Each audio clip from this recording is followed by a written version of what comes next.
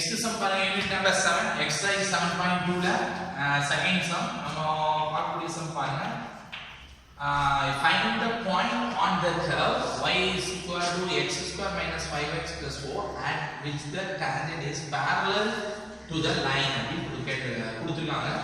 என்னன்னா ஒரு curve கொடுத்து அதோட parallel line ஒன்னு கொடுத்து இந்த curve மேல இருக்கக்கூடிய பாயிண்ட் நம்ம கண்டுபிடிக்க சொல்றாங்க.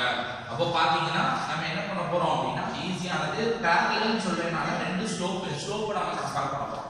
ரெண்டு ஸ்லோப் parallel ஆ இருந்தா ஈக்குவலா இருக்கும், பெர்பெண்டிகுலரா இருந்தா m1 m2 -1 ஆ இருக்கும். நம்ம 10th படிச்சிருக்கோம் லைன் குள்ள கான்செப்ட் படி. இந்த பேசிக்கான ஒரு ரிசல்ட் இந்த சம் நமக்கு தேவைப்படுது.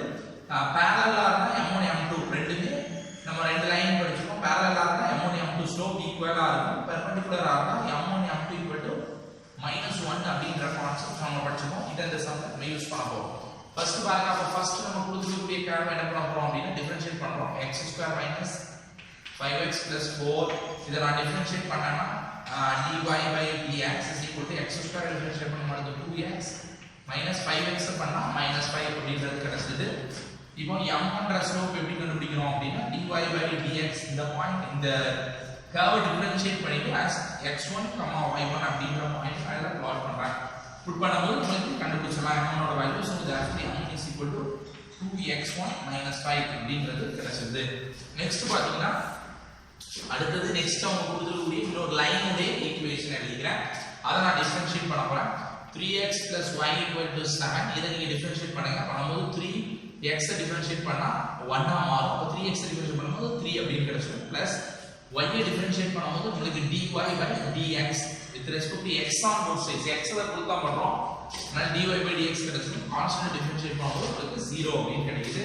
சோ dy/dx -3 அப்படின்றது உங்களுக்கு கிடைச்சிருக்கு. சோ இதுல என்ன நம்ம இத வச்சு m2ன்ற பாயிண்ட் நம்ம ஸ்லோப் கண்டுபிடிக்கும் போது அதே மாதிரி dy/dx at பாயிண்ட் போடும்போது உங்களுக்கு என்ன கிடைச்சிரும் அப்படினா பாயிண்டோட வேல்யூ x1 y1 அப்படிங்கறத புட் பண்றோம்னா m2 கிடைச்சிரும். சோ இதுல x1 y1 கிடையாது. therefore டைரக்ட்டா நம்ம m2 ஓட வேல்யூ எடுத்துக்கலாம். -3 அப்படினு சொல்லிடலாம். சோ இப்போ பாத்தீங்கன்னா உங்களுக்கு ரெண்டுமே क्वेश्चन கொடுத்திருக்கிறது given curve at the line.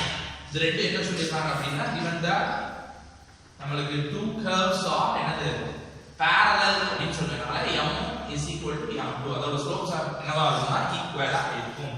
So 2x1 - 5 is equal to -3 அப்படிங்கறத நம்ம ஈக்குவல் பண்ணா நமக்கு x1 ஓட பாயிண்ட் கிடைச்சிருது. So 2x1 is equal to -3 + 5 அப்படினு கிடைக்குது. So 2x1 is equal to 2.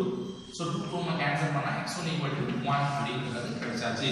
இப்போ x1ன்றத நான் y1 இந்த பாயிண்ட நான் புட் பண்ணும்போது இந்த கர்வ் கொண்டு போய் x ஓட வேல்யூ சப்ஸ்டிட்யூட் பண்ணும்போது y1ன்ற பாயிண்ட் கிடைச்சிரும்.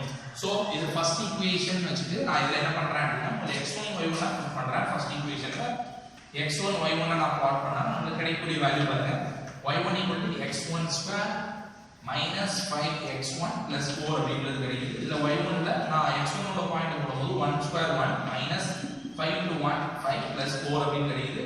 4 + 5 4 + 1 5 - 5 is equal to 0. so therefore y1 ஓட வேல்யூ எனக்கு என்ன கிடைச்சிருக்கு 0 அப்படிங்கிறது கிடைச்சிருக்கு. therefore இதுல நம்ம என்ன சொல்லலாம் அப்படினா therefore x1, y1 is equal to 1, 0 அப்படிங்கற பாயிண்ட் நமக்கு கிடைச்சிருக்கு.